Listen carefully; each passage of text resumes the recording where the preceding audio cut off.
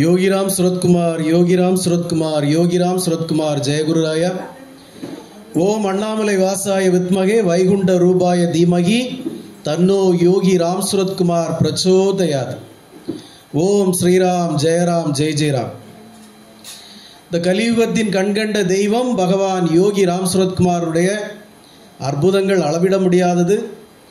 அவருடைய அனுக்கிரகம் இல்லாமல் ஒரு கணம் பொழுது கூட நாமளால் இயங்க முடியாது அப்படிங்கிறதுக்கு பல உதாரணங்கள் இருக்கு. இன்னைக்கு அவங்க ஃபயர் சர்வீஸில் இந்த சார் வந்திருக்காங்க, சுசிலாவோட சகோதரி வந்திருக்காப்புல, சுசிலா வந்திருக்காப்புல, நிறைய ஒரு புதுசாக வந்திருக்காங்க. ஏற்கனவே வந்தவங்க தான், இருந்தால் ரொம்ப நாள் கழித்து புதுசாக வந்திருக்காங்க. இது நீங்கள் வந்திருக்கிறதுக்கு ஒவ்வொருத்தருக்கும் ஒவ்வொரு காரணம் பகவான் வச்சுருப்பார். பகவான் யோகிராம் சுரத்குமார் அவருடைய அனுமதி இல்லாமல் யாரும் வந்து வழிபட முடியாது. அது உங்களை அழைச்சிருக்காருன்னா அதுக்கு ஏதாவது பின்னணியில் ஒரு காரணம் இருக்கும். கண்டிப்பாக உங்களுக்கு ஏதோ ஒரு நன்மையை செய்கிறதுக்காக உங்களை அங்கே வர வச்சிருக்காரு அவர்.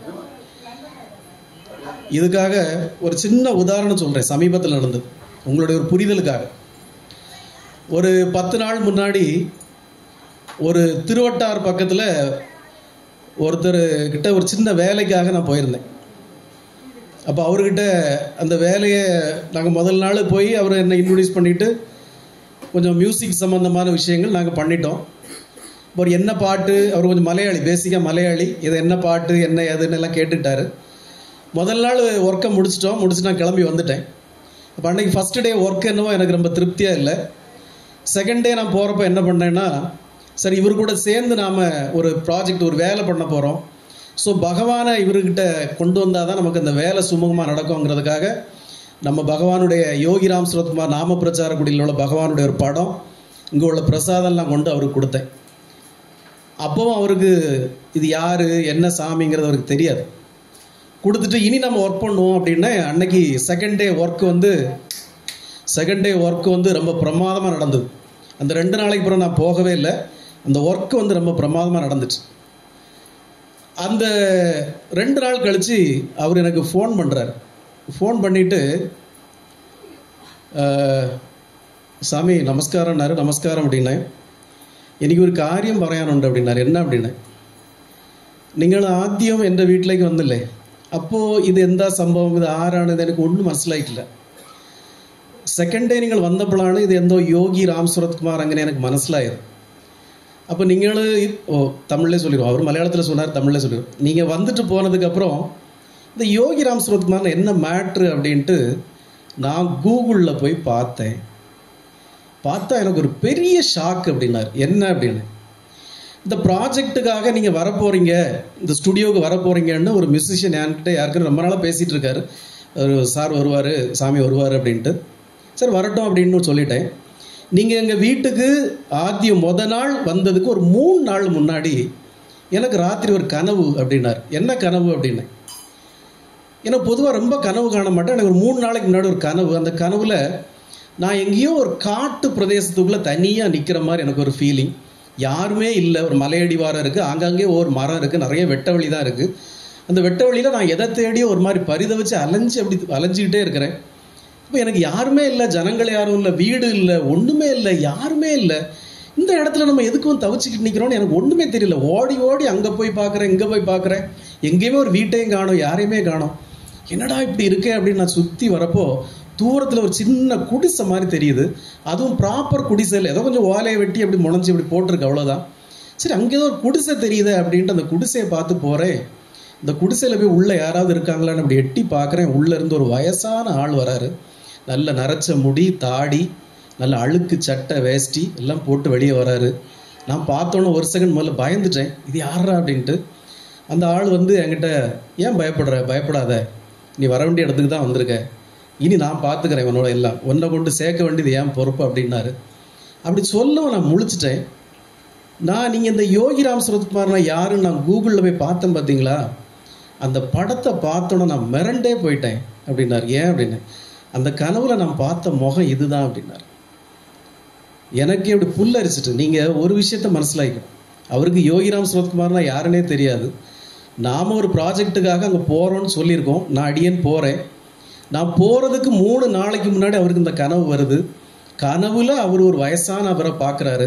அது 3 நாள் கழிச்சதுக்கு அப்புறம் நாம் இந்த ப்ராஜெக்டை பண்ணுறோம். அவர் அப்படியே மெய்சிலிர்த்து போயிட்டார். இந்த ப்ராஜெக்ட் உங்களுக்கு எவ்வளோ காசு வேணும்னு கேட்டேன். சாமி, தயவு செய்து காசு எவ்வளோன்னு கேட்காதீங்க, நீங்கள் கொடுத்தாலும் கொடுக்காட்டாலும் ஒன்றும் பரவாயில்ல, நீங்கள் எவ்வளோ கொடுத்தாலும் அக்செப்ட் இட். எனக்கு பகவான் எங்கள் வீட்டுக்கு வந்தது தான் இப்போ பெரிய பாக்கியம். அவர் கனவுல நான் இருக்கேன் இனி கவலைப்படாதேன்னு சொன்னது போல் 2வது நாள் நீங்கள் வரப்போ அந்த ஃபோட்டோ ஒன்று தந்தீங்க பார்த்தீங்களா, அன்னைக்கே எனக்கு மனசுக்குள்ளே பயங்கர ஒரு சந்தோஷம்.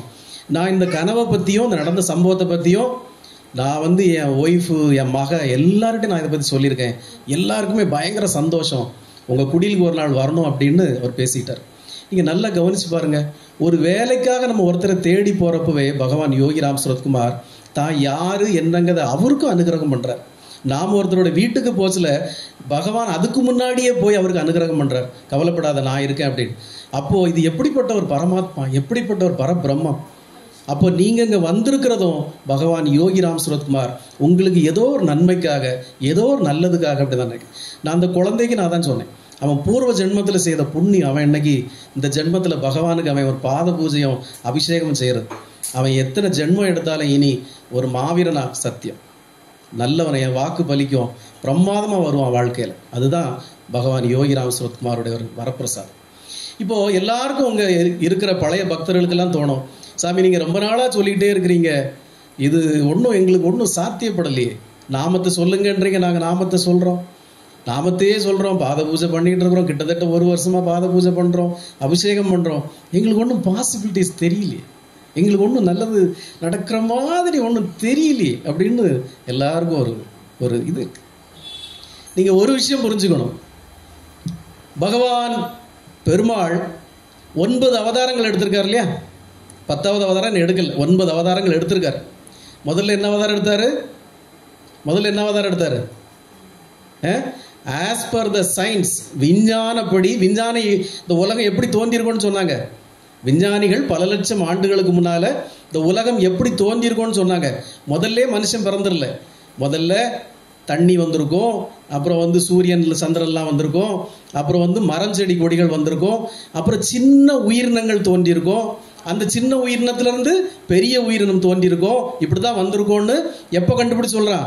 இப்போ சமீபத்தில் தான் சயின்டிஸ்ட்லாம் கண்டுபிடிச்சு சொல்கிறான், அந்த உலகம் இப்படி தான் தோன்றியிருக்கோம் அப்படின்னு. ஆனால் நாம் 10,000 வருஷங்களுக்கு முன்னாடி நம்ம இதிகாசங்களில், வேதங்களை நாம் என்ன சொல்லி வச்சுருக்கோம்? பகவானுடைய முதல் அவதாரம் எது? மீன் அவதாரம். மீனா அவதாரம் எடுக்கிறாரு, அது தண்ணீரில் மட்டும்தான் வாழும். அடுத்த அவதாரம் என்னது? ஆமை அவதாரம். அந்த அவதாரம் தண்ணீரிலும் வாழும், நிலத்திலையும் வாழும். 3வது அவதாரம் என்னது? பன்றி அவதாரம், அது நிலத்தில் தான் வாழும். 4வது அவதாரம் என்னது? குள்ளமான வாமன அவதாரம். 5வது அவதாரம் என்னது? கோபத்தின் உச்சத்தில் இருக்கிற பரசுராமர் அவதாரம். 7வது அவதாரமாக ராம அவதாரம் எடுக்கிறார். இந்த ராம அவதாரத்தை நாம் அதிகமாக கொண்டாடுறதுக்கு காரணம் என்ன? பல தடவை நம்ம சொல்லியிருக்கோம். ராம அவதாரத்தை மட்டும் நாம் கொண்டாடுறோம், உலகம் ஃபுல்லாக ராமா ராமா ராமான்னு கொண்டாடுறதுக்கு காரணம் என்ன? இந்த ராம அவதாரத்தில் மட்டும்தான் பகவான் ராமபிரான் எங்கேயுமே தான் ஒரு கடவுள் அப்படிங்கிறத சொல்லவே இல்லை. பிறந்தது முதல் இறந்த வரை மனிதனாகவே தான் வாழ்ந்தார். ஆனால் ஒரே ஒரு இடத்துல அவர் நான் கடவுளின் வருகை, நான் ஒரு அவதாரம்ங்கிறத லேசா உணர்த்தினார். எப்போ பகவான் ராமபிரான் ஒரே ஒரு இடத்துல லேசா உணர்த்தினார், நான் ஒரு கடவுளின் அவதாரம்ங்கிறத உணர்த்தினார். எப்போன்னா, ஆஞ்சநேயரை கிஷ்கிந்தால முதல் முறையா ராமபிரான் பார்க்கிறார். முதல் முறையா ஆஞ்சநேயரை பார்க்கிறார். பார்த்த உடனே பகவானுக்கு எப்படி ஒரு பக்தனை பார்த்த உடனே, இவன் யாரு? இந்த சிவகுமார் யாரு? இவன் ஒருவேளையில ராம அவதாரத்தில் நம்ம கூட வந்திருப்பானா, இல்லை கிருஷ்ண அவதாரத்தில் நம்ம கூட வந்திருப்பானா? இவனை பார்க்குறப்போ ஏதோ சம்திங் எனக்கு தெரியுதேன்னு எப்படி பகவான் யோகி ராம் சுரத்குமார் உணர்ந்தாரோ, அதே போல் ராமபிரான் கேட்குறாரு லக்ஷ்மணன்கிட்ட, லக்ஷ்மணா இது யாரு? சிவனா இருக்குமா? இவன் யாரு? சிவனா இல்லை பிரம்மாவா அப்படின்னு கேட்டு விட்டார். சிவனா இல்லை பிரம்மனா அப்படின்னு கேட்டுட்டு விட்டுட்டாரு. நாராயணனான்னு கேட்கல, விஷ்ணுவான்னு கேட்கல. ஏன்னா அது நான்லடா, நான் இங்கெல்லாம் இருக்கேங்கிறதுக்காக சிவனா அல்லது பிரம்மனா அப்படின்னு கேட்டுட்டு விட்டுட்டார் லக்ஷ்மணன்கிட்ட. அப்போ ராமாயணத்தில் ஒரு இடத்துல ஒரு உணர்த்துறார், நான் விஷ்ணுவின் அவதாரம்ங்கிறத உணர்த்துறார். இதே போலதான் பகவான் யோகி ராம் சுரத்குமார் ஒரு சில இடங்கள்ல ஒரு சில பக்தர்கள்ட்ட உணர்த்தினார் நான் யாருங்கிறத.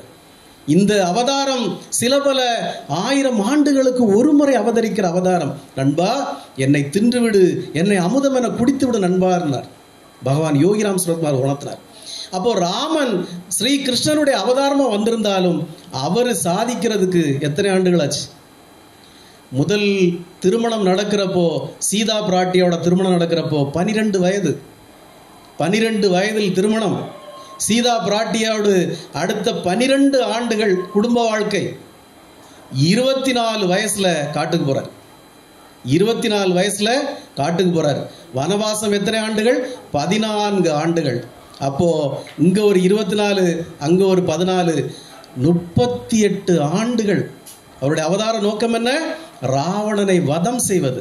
அப்போ தன்னுடைய பிறப்பின் காரணத்தை, தன்னுடைய அவதாரத்தை பூர்த்தி செய்வதற்கு எம்பெருமான் ராமபிரானுக்கு 38 ஆண்டுகள் அவர் காத்திருந்திருக்கார். 12 ஆண்டுகள் குழந்தை வாழ்க்கை, அடுத்த 12 ஆண்டுகள் இளைஞனாக ஒரு மனைவியோடு கணவனாக வாழ்க்கை, அடுத்த 14 ஆண்டுகள் தான் அவருடைய வாழ்க்கையில சீரியஸான கட்டம். ராவணனை வதம் பண்றார்.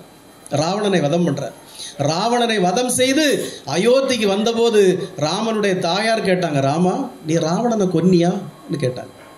ராமா நீ ராவணனை கொன்னிட்டியா அப்படின்னு கேட்டாங்க. இப்போ ராமன் சொல்லுவாரு, அம்மா ராவணன் மிகப்பெரிய சிவபக்தன். இந்த உலகத்துல யாருமே ராவணனை போல ஒரு சிவபக்தன் இருக்க முடியாது. சிவ பாடல்களுக்கு அவன் இசையமைத்தவன், இசையில் மிகப்பெரிய ஞானி. அவனை போல் இந்த உலகத்துல எந்த ஞானமும் இருக்க முடியாது. ராவணனுடைய நாட்டின் தேசிய கொடியின் சிம்பலே வீணை கொடியுடையவன். அவ்வளவு மிகப்பெரிய திறமையான ராவணன் தன்னுடைய கர்வத்தால் கொல்லப்பட்டான் அப்படின்னார். தன்னுடைய அகந்தையால் கொல்லப்பட்டான். தாயார் என்ன கேட்டாங்க? ராமா நீ ராவணனை கொன்னுட்டியான்னு கேட்டாங்க. அவரு உடனே ஆமா நான் கொன்னுட்டேன்னு சொல்லல. ராவணன் மிகப்பெரிய சிவபக்தன், என்னெல்லாம் அவனுக்கு விளக்கம் கொடுத்துட்டு கடைசியா அவனுடைய கர்வத்தால் அவன் கொல்லப்பட்டான் அப்படின்னார். அப்ப எவ்வளவு பெரிய பக்திமானாக இருந்தாலும், எவ்வளவு பெரிய ஆளாக இருந்தாலும், கர்வம் நான் என்கிற அகந்தை இருந்தா கடவுளுக்கு அது பிடிக்காது. பகவான் யோகிராம் சுரத்குமார் எப்போதுமே நான் அப்படிங்கிற ஒரு வார்த்தையை ஒரு யூஸ் பண்ண மாட்டார். இங்கிலீஷ்ல ஐ அப்படிங்கிற எழுத்தையே ஒரு யூஸ் பண்ண மாட்டார். நாம போகலாமா, நாம சாப்பிடலாமா, நாம இருக்கலாமா, நாம வீட்டுக்கு போகலாமா, நாம இன்னைக்கு போயிட்டு நாளைக்கு வரலாமா, நாம அப்படிதான் பேசுவார். நாம எல்லாம். அப்போ அவர் அதனால தான் இந்த உலகத்திலே பார்ப்பவர்களை எல்லோரும் மை ஃபாதர் அப்படின்னார். My father alone exist, nothing else, nobody else. இந்த உலகத்தில் வேற எதுவுமே இல்லை, எல்லாமே என் தந்தை பரிபூரணமாக இருக்கிறாங்க. ராமபிரான் ஏன் ராவணன் அவ்வளவு உயர்வா சொன்னா? ராமபிரான் பெரிய தெய்வ அவதாரம். அவர் கொன்ற எதிரிய ஏன் அவ்வளவு பெருசா சொல்றாரு? ராவணனை பத்தி ஏன் அவ்வளவு சொல்றாரு? சிவபக்தன் அப்படிங்கிற காரணத்தினால மட்டுமா? ராவணனு இந்த உலகத்துல 2 பேருக்கு தான் ஈஸ்வரப்பட்டம். 2 பேருக்கு தான் ஈஸ்வரப்பட்டம். ஒன்று எம்பெருமான் ஈஸ்வரன், சிவனுக்கு ஈஸ்வரப்பட்டம். இன்னொருத்தன் லங்கேஸ்வரன், ராவணேஸ்வரன், அவனுக்கு தான் ஈஸ்வரப்பட்டம். இப்போ உங்களுக்கு ஒரு சந்தேகம் வருமா? ஏன் சனீஸ்வரன் சொல்றமே? நீங்க ஒரு ஆளை விட்டுட்டீங்களே சாமி, சனீஸ்வரன் உண்டு இல்லை, அவனும் ஈஸ்வரன் தானே. 3 பேர் உண்டு, நீங்க 2 பேர் தானே சொல்றீங்க. அப்போ ராவணேஸ்வரன், இலங்கேஸ்வரன், எம்பெருமான் ஈஸ்வரன்.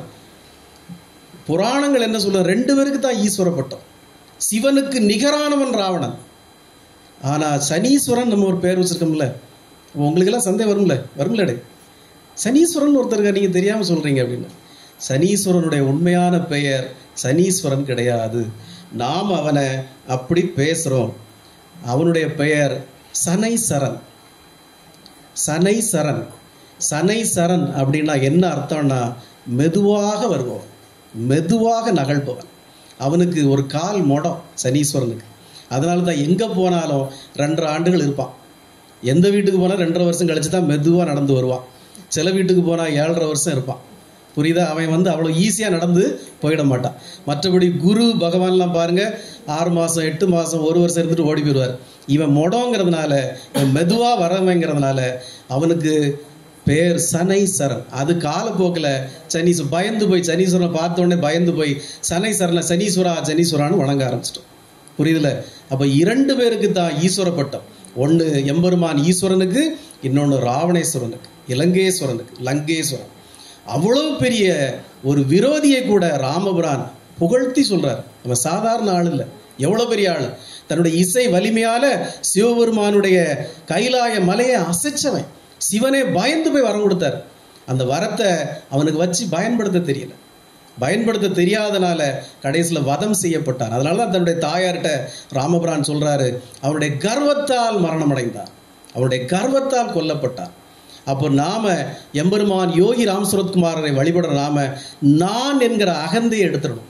நான்கிற அகந்தையை எடுக்கிறது ரொம்ப ஈஸி, ரொம்ப ஈஸி. எப்படி ஈஸி? இங்க இருக்கிற பழைய பக்தர்களுக்கு தெரியும். நான்கிற அகந்தை எடுக்கிறது ரொம்ப ஈஸி.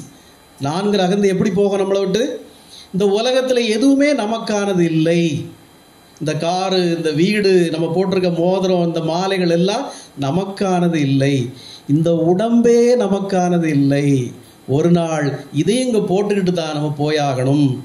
அன்னைக்கு எல்லாத்தையும் கலத்திட்டு தான் தூக்கி மண்ணுக்குள்ள பூத்த போறான். அப்போ இந்த உலகத்துல எதுவுமே நமக்கானதில்லை. கணவனுக்கு மனைவி நமக்கானதில்லை, மனைவிக்கு கணவன் நமக்கானதில்லை, குழந்தைகளுக்கு தகப்பன் நமக்கானதில்லை. இது எல்லாம் நம்ம செய்த கர்ம வினைகள் நம்மளை சுற்றி வந்து உட்கார்ந்துருக்கு. பிள்ளைகள் ரூபத்தில் நம்ம செய்த பாவம், நம்ம செய்த கர்ம வினைகள், அது மனைவியா, கணவனா, குழந்தைகளா, பேரப்பிள்ளாம் சுற்றி உட்கார்ந்து நம்மளை சொரிஞ்சிக்கிட்டே இருக்கும். வருது நம்ம அனுபவிச்சு தான் ஆகணும். அப்போ கர்ம வினைகளுடைய பலன் நம்ம அந்த குடும்பம், கோத்திரம்னு உட்கார்ந்துட்டு இருக்கிறோம். நம்மளை துன்புறுத்துறவன் அவ்வளவனும் எல்லாம் அந்த கர்ம வினைகள். அப்போ நமக்கானது எதுவுமே இங்க இல்லைங்கிற ஒரே ஒரு புரிதல் வந்துட்டா இங்க நான் என்கிற அகந்தையே இருக்காது. நான் தான், இது என்னோடது, இது எனக்கு அகந்தையே இருக்காது.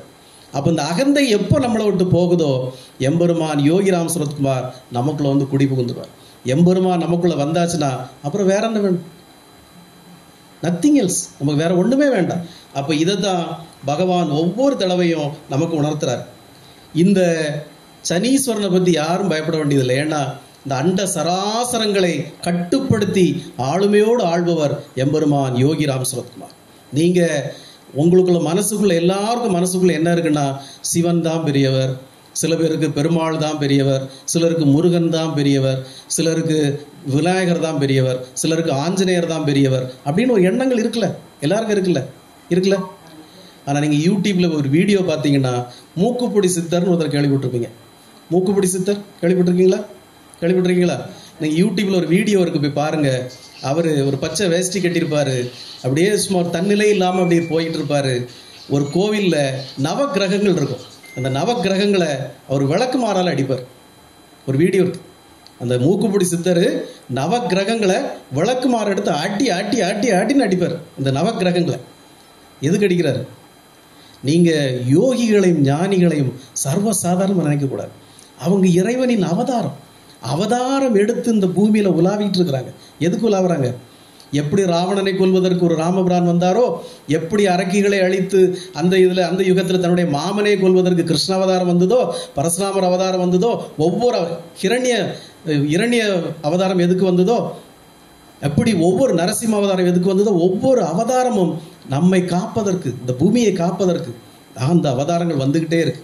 அப்ப இந்த அவதாரங்கள் ஒவ்வொன்றும் நம்மை காப்பதற்காக வரும். அது நாம இன்னைக்கு இங்க உட்காந்து ராமன்னா அப்படி இருப்பார், சினிமாவை பார்த்து கட்டபொம்மன்னா அப்படி இருப்பான், கர்ணன்னா அப்படி இருப்பான், இப்படி நம்ம ஒரு இமேஜினேஷன்ல இருக்கிறோம். அப்படி கிடையாது. அவங்களும் மனிதர்களாக வந்தவங்க இப்படிதான் இருந்திருப்பாங்க. இப்படிதான் நம்ம ஒரு கற்பனையில் அப்படி எழுதி வச்சிருக்கோம். ராமன் அப்படி, கிருஷ்ணர் அப்படின்னு நம்ம நினைக்கிறோம். அப்படி கிடையாது. எல்லாம் மனிதனாக வந்தவெல்லாம் நம்மளை போல மனிதனாக தான் இருந்திருப்பான். ஆனா சர்வ வல்லமை உள்ளவனா இருந்திருப்பான், சர்வ சக்திகள் உள்ளவனா இருந்திருப்பான். நம்ம ஏற்கனவே ஒன்று சொல்லியிருக்கோம், எப்படி மூக்குப்பொடி சித்தர் நவ கிரகங்களை விளக்குமாறல அடிச்சாரோ, அதே போல எம்பெருமான் யோகி ராம் சுரத்குமார் இதே போல ஒரு சம்பவம் பண்ணார். இது இன்னைக்கு சாட்சிகள் இருக்கு. நம்ம சொல்றது எதுவும் 2000 வருஷத்துக்கு முன்னாடி புக்கில் எழுதி வச்சு நம்ம படிக்கல. இன்னைக்கு யோகி ராம் சுரத்குமாரோட வாழ்ந்தவர்கள், யோகி ராம் சுரத்குமாருடைய அற்புதங்களை பார்த்தவர்கள் எல்லாம் இன்னைக்கு நம்ம கூட சகமா வாழ்ந்துட்டு இருக்கிறாங்க. அப்போ 2ஆம் உலக போர் 1945 நடந்துகிட்டு இருக்கிறப்போ ஒரு மாவோயிஸ்ட் தீவிரவாதி திருவண்ணாமலை காடுகளில் பதுங்கியிருந்தார். அவர் அப்பப்போ எம்பெருமான் யோகி ராம் சுரத்குமார் வந்து பார்க்க வருவார். வந்துட்டு என்ன தகவல், நாட்டில் என்ன நடக்குது, ஏன்னா அப்போ ரேடியோவாது எப்போதான் கேட்கும், பத்திரிகைகள் டிவிலாம் ஒன்றும் கிடையாது. யோகி ராம் சுரத்குமார் என்ன நடக்குது, எப்படி போர் போயிட்டு இருக்குன்னு கேட்பார். அந்த மாவோயிஸ்ட் வந்து கடை சொல்லுவார், சாமி இல்லை சகோதரா, இந்த போர் 2ஆம் உலக போர் மாபெரும் உலக போராக மாறப்போகுது. இப்போ வெள்ளைக்காரன் நம்ம மிலிட்ரியை தான் பயன்படுத்திட்டு இருக்கான். அடுத்தது இந்தியாவும் களத்தில் குதிக்க போகுது. இந்த உலகப் போர் பெரிதாக மூண்டா நம்ம இந்தியாலாம் அழியதுக்குள்ள வாய்ப்பு இருக்கு அப்படின்னு ரொம்ப அன்னைக்கு அழுது சொல்லியிருக்கான் எம்பெருமான் யோகிராம் சுரத்குமார். இன்னைக்கு திருவண்ணாமலையில் இருக்கு அவருடைய சன்னதி திரு வீட்டுக்கு முன்னாடி அந்த தேரடி மண்டபம் இருக்கு. அந்த தேரடி மண்டபத்தில் ஏறி நின்று வானத்தில் கையை வச்சு அந்த புவி கோள்களை மாற்றி அமைச்சதை அவர் கண்ணால் பார்த்தவர் இப்போ இருக்கார். மாற்றி அமைச்சு ஒரு வார்த்தை சொல்லியிருக்காரு, நான் இந்த கோள்கள் அவ்வளோ நவ கிரகங்களை மாற்றி அமைச்சிருக்கேன்.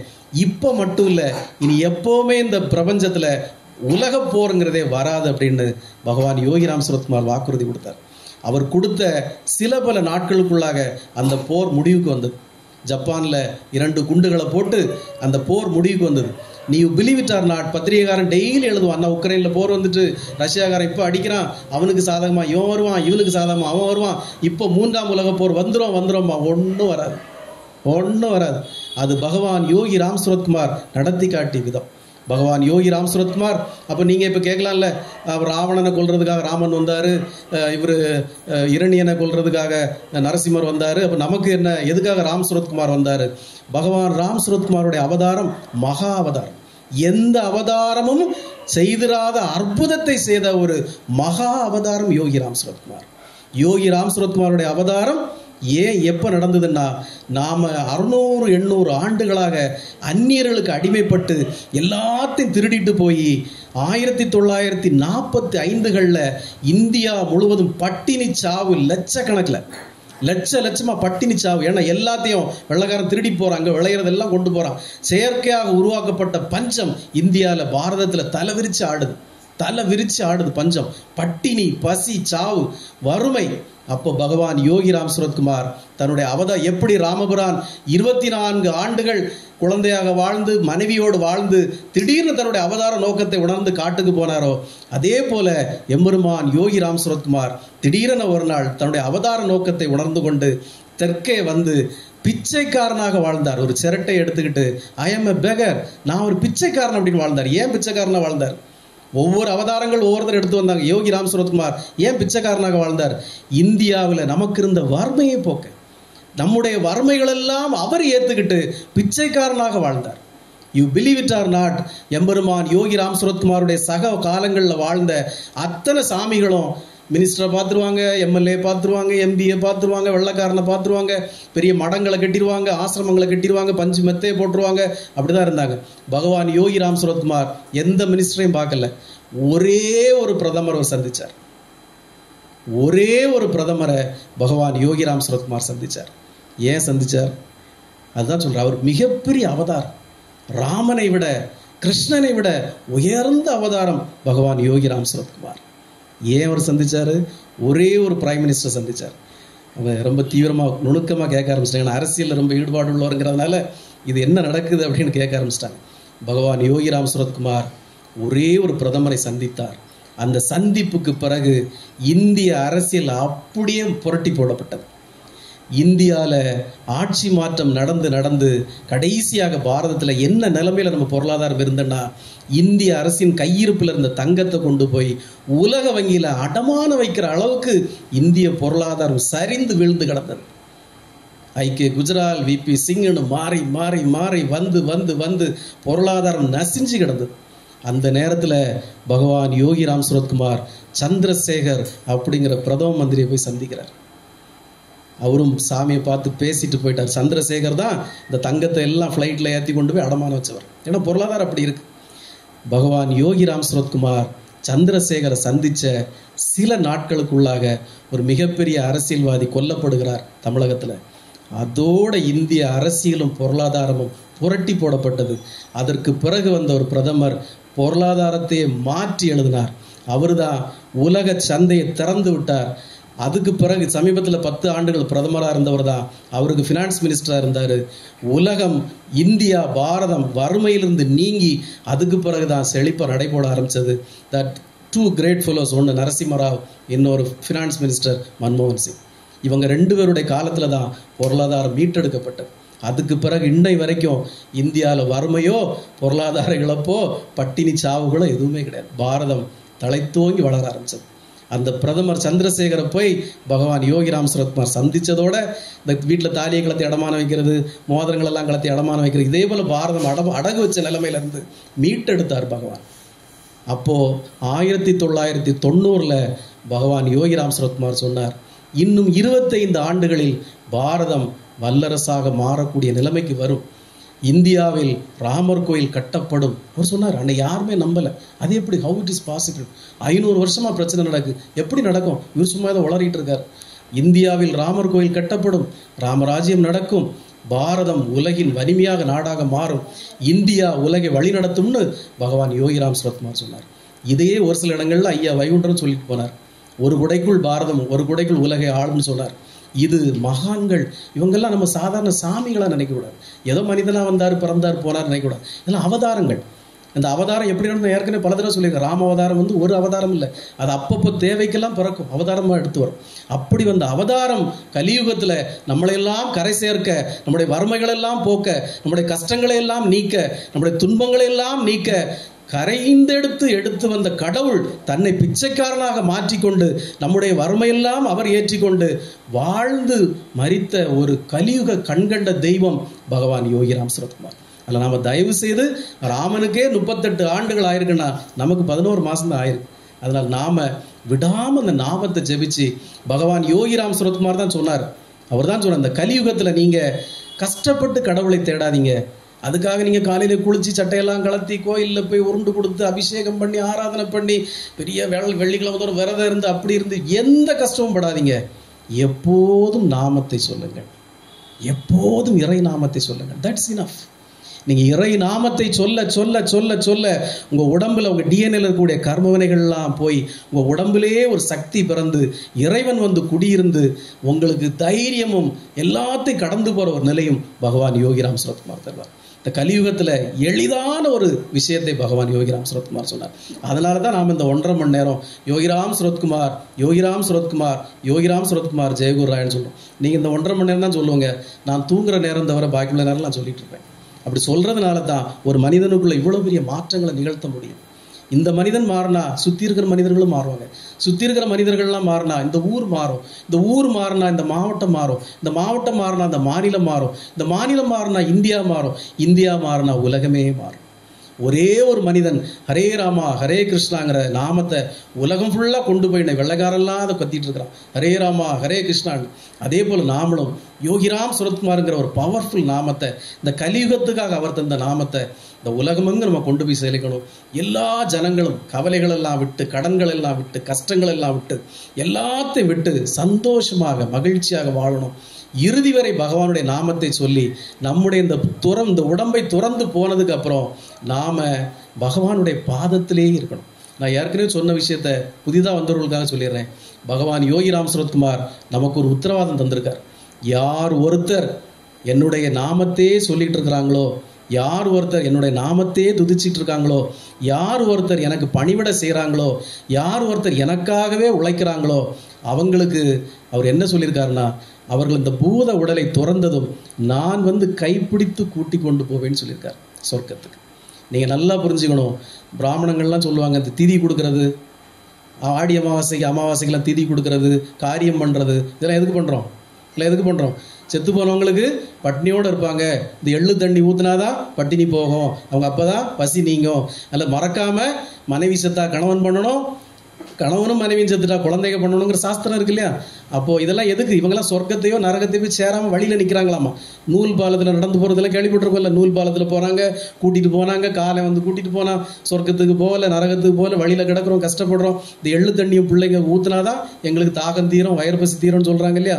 அப்போ அவங்கள விட வி ஆர் ஸோ பிளஸ்ட். ஏன் நாமெல்லாம் ஆசீர்வதிக்கப்பட்டோம்? ஏன் நாமெல்லாம் இன்னைக்கு பகவானுடைய நாமத்தை சொல்லியிருக்கிறதுனால, அவருடைய திருவடிகளுக்கு பாத பூஜை பண்ணியிருக்கிறதுனால, நாம் இறக்குறப்போ பகவான் யோகிராம் சரத்குமார் நம்மளை கையை பிடிச்சி கூட்டிகிட்டு போயிடுவார். இப்போ பகவான் யோகிராம் சரத்குமார் கையை பிடிச்சி கூட்டிகிட்டு போனால் எப்படி போவோம்? இந்த கோயிலுக்குள்ளெல்லாம் 2000 ரூபா பணம் கட்டினா தள்ளு தள்ளு தள்ளு தள்ளு தள்ளு நேராக கூட்டிகிட்டு போய் சாமிக்கு முன்னுக்கு உட்கார வச்சு ஒரு மாலை போட்டுருவாங்கல்ல கழுத்தில். அதே போல் நம்மளையும் பகவான் யோகிராம் சரத்குமார் நேர வைகுண்டத்துக்கு அழைச்சிட்டு போயிடுவார். சத்தியம், பகவான் சொன்ன வாக்குறுதி. அதனால் எது நடக்குதோ இல்லையோ கவலைப்படாதீங்க. நாம் பகவானுடைய அன்புக்கு பாத்திரமாயிட்டோம். அவர் நம்மளை இந்த உலகத்தில் பரிதவிக்க விட மாட்டார். இறந்த பிறகும் நமக்கு ஒரு வாழ்க்கை இருக்குங்கிறத நம்பணும். அதனால தான் கர்மா ஆன்மா அப்படிங்கிற 2 விஷயத்தை நாம் நம்புகிறோம். பேசினா நிறைய பேசலாம், எனக்கு டைம் இல்லை, பூஜைக்கு நேரம் ஆகுது. அதனால் எல்லோரும் விடாமல் பகவான் யோகி ராம் சரத்குமாருடைய நாமத்தை சொன்னால் நம்முடைய இறப்பே, நம்முடைய இந்த உடம்பை துறப்பதே ஒரு சரித்திரமாக மாறும். நமக்கு துன்பம் என்பதே இல்லை. நம்முடைய ஆன்மா பகவானுடைய திருவடிகளில் அப்படியே ஒரு அணுவாக கிடந்து சேவை செய்து கொண்டிருக்கும். யோகிராம் சுரத்குமார், யோகிராம் சுரத்குமார், யோகிராம் சுரத்குமார். ஜெயகுருராயா. ஓம் அண்ணாமலை வாசாய வித்மகே வைகுண்ட ரூபாய தீமகி தன்னோ யோகி ராம் சுரத்குமார் பிரச்சோதயா. எல்லோரும் நல்லபடியாக